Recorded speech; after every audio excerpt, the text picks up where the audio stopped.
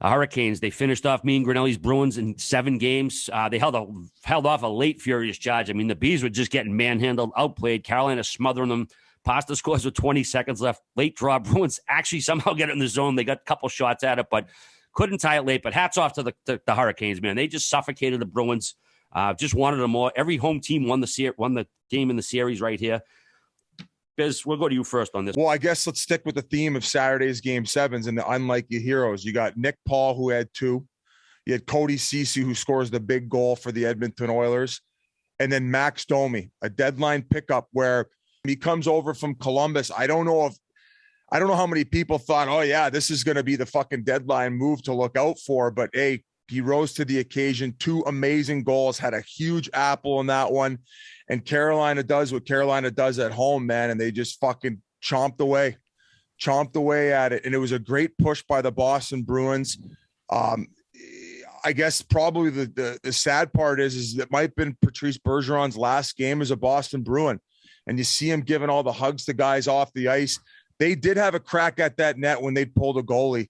I think it was Brad Marchand got one swipe at it, but Antti Raanta, a guy who I was questioning going in, especially with his inability to stay healthy in clutch moments, he comes back from that injury and he played stellar throughout the series and closed out Game 7 for him. Rock and building, and Tony DeAngelo was incredible. I know he came unglued in Game 4 in Boston, but down the stretch, he completely regained everything and composed himself. And I thought he was one of the difference makers in the series, along with Jacob Slavin. That top pairing for Carolina is deadly. They did an incredible job, and that's pretty much all I got off the top of my dome, guys. What do you got? The Bergeron aspect of it. What seeing him at the end of the game, how much did that press conference personify that entire guy's life and career? He has stitches, an enormous black eye, and he's sitting there and he's talking about how he was just thanking his teammates for being there all season and giving it their all and doing it together as a team and wanted to show his teammates the respect they deserve. It's like, I really hope for the sake of Bruins fans and the city of Boston that he's not done. If he is, I don't know, RA. You tell me, G, after Bobby Orr, second best Bruin of all time. Ray Bourque. Ray Bourque's the fucking top 5 defenseman ever to play, but he didn't win a Stanley Cup. Phil Esposito, Hall of Fame legend. Patrice Bergeron did it all with class, with humility, with respect for not only his teammates, but his opponents, and willing and showing that he would play through anything and everything. And so to see the final press conference, his face look the way it did, I mean, it ain't the dream way to go out losing in the first round, but what a warrior and what a fucking run. Whit, I asked you this question, I'd say probably 4 years ago on the podcast, and I want to see if you still have the same answer. Do you think Patrice Bergeron deserves a statue? Because I personally, I do. I don't.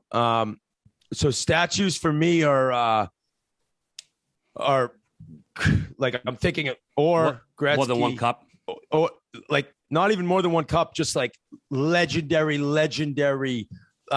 guys who should be in the Hall of Fame the day they retire. Jordan has a statue.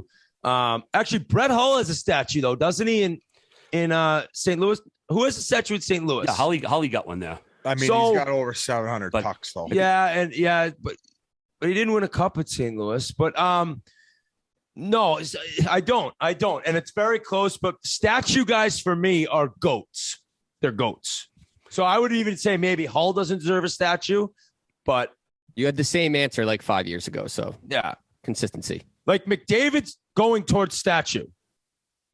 He needs to win a Stanley Cup, but that's the type of player that are statue players. I know a lot of people, like, they saw him giving the daps, for the teammates and the hugs. He does do that all the time. He does that pretty frequently. It's sort of his thing. And I know it was obviously the end of the season for them. So I think people might have been reading into it a little bit too much. And then Marchand was what clued me in that it was Marchand being emotional. When he was talking about, if he didn't get so emotional, you might not think that's the end. So I would think if it's the end, it's more from Marchand being emotional, more so much than the hugs at the end of the game.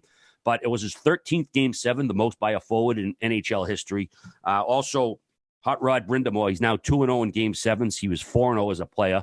It was the 6th straight Game 7 win by Carolina, going back to the 06 That's season. crazy. right That there. ties an NHL record. And yeah, I mean, obviously I love Bergeron. I think especially if he wins the Selke, he's obviously going to be a finalist. I mean, he's still playing at that high of a level. Yeah, I mean, he's got a young family and his body has taken a beat. And so I'm sure he doesn't even know right now. I mean, he's probably going to. So do you think it's retirement or Bruins? Or do you think there's a chance he could play for another team? No, I heard Montreal. No, that's bullshit. Retirement or Bruins. Sorry, Biz. I agree. That originated with some fucking bullshit back here. I think we're seeing maybe Grinnell and RA completely lose their mind if he were to play. No for way. team No way. based on that response. Best case scenario, he comes back on a team-friendly deal, which opens up some money for them to sign someone or trade for someone else. I'm not too worried yet. A lot of Bruins fans are throwing in the towel. I am not worried. League minimum. Bruce Cassidy, you guys think he's still the guy moving forward? I don't know. I think Sweeney be more likely to be let go than Cassidy would be. Yeah, I mean, if I'm Neely, I mean, I know Neely's president, and I don't think he needs to go anywhere because he hires the guys. But if Bergeron decides to not come back, I think they should maybe consider some organizational changes. I mean, Sweeney's draft record is what it is. They have hardly anything in the cupboard for the future going forward.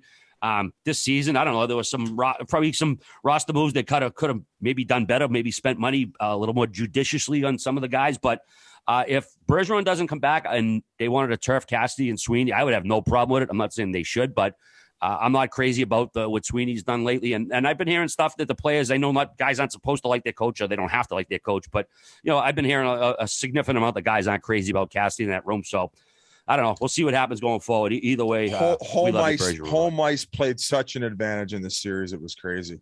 I mean, people could maybe list off a few other ones in recent memory, but I was pretty dialed into this one. As far as the line matchups, fans, the way that teams played at home consistently through the regular season, that was just straight home ice advantage playing a huge factor. And I was Any word on Anderson for the next round? I mean, Ranta looked great in Game 7, but I don't know. Like, Shesterkin, Ranta's a big difference. I'll say that. I haven't seen any particular timeline on Freddie getting back. I don't like. They usually just say they're injured and they haven't given something. David Ayres could be playing net for the Carolina Hurricanes. They're going to fucking bend those frauds over. Getting outshot by a team with 6 guys out of the lineup. Murs, what do you got for us, buddy? Well, Whit had it on the last podcast. He talked to Jans, and he said Carolina might not lose a home game.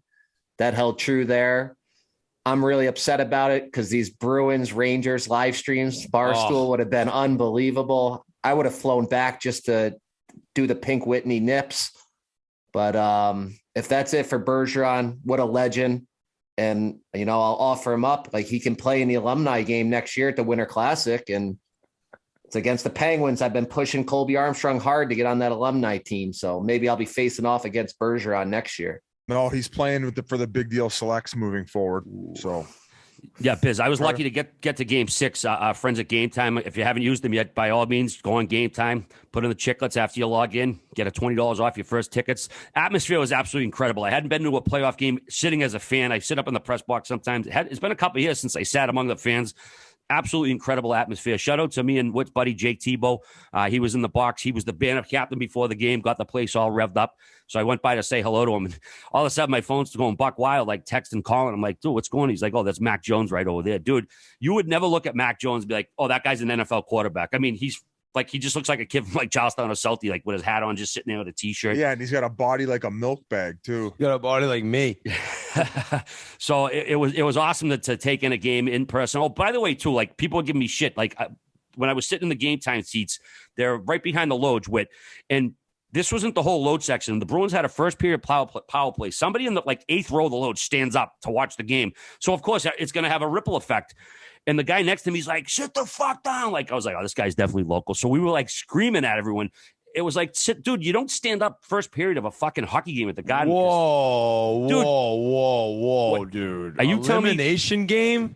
First period standing up for a power play? There was there was one section, two sections doing it. Dude, there were 2 sections doing it. Who cares? Everybody who sits behind him telling him to sit the fuck down. Wow, what grinds your gears? Okay, so let's ask the fans. I actually was like shocked that more Leafs fans weren't standing up throughout the entire Game 7 against Tampa. I think Game 7, the whole fucking arena, if you're at home, should be standing up. Right. 100%. I agree. And if that's a historic thing, and I know some arenas do it, fine.